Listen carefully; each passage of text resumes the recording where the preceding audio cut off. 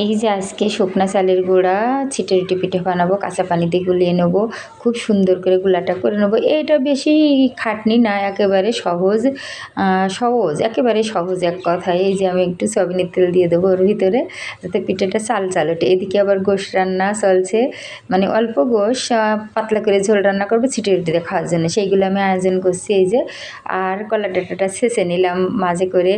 আর যারা শহরে আছে, টাউন অঞ্চলে আসলে প্রবাসী ভাই বোনেরা, তারা তার কলার ডাঁটা পাবে না মনে হয়, আশা করা যায়। তাই তারা ব্রাশ করে নিতে পারে, কড়াইতে তেল সুন্দর করে নিয়ে তো পিঠেটা আসলে এই গোলাটা ছিট ছিট করে হাতে করে দিলে পিঠাটা একেবারে চলটা চলটাভাবে উঠে পড়বে। এই যে পিঠাটা একেবারে দেখো খুব সুন্দর চলটা চলটা উঠছে, কত সুন্দর, একেবারে সুন্দর উঠছে। এই যে একেবারে, তো যাই হোক আমার পিঠে একটা বানানো হয়ে গেছে, আর একটা অলরেডি।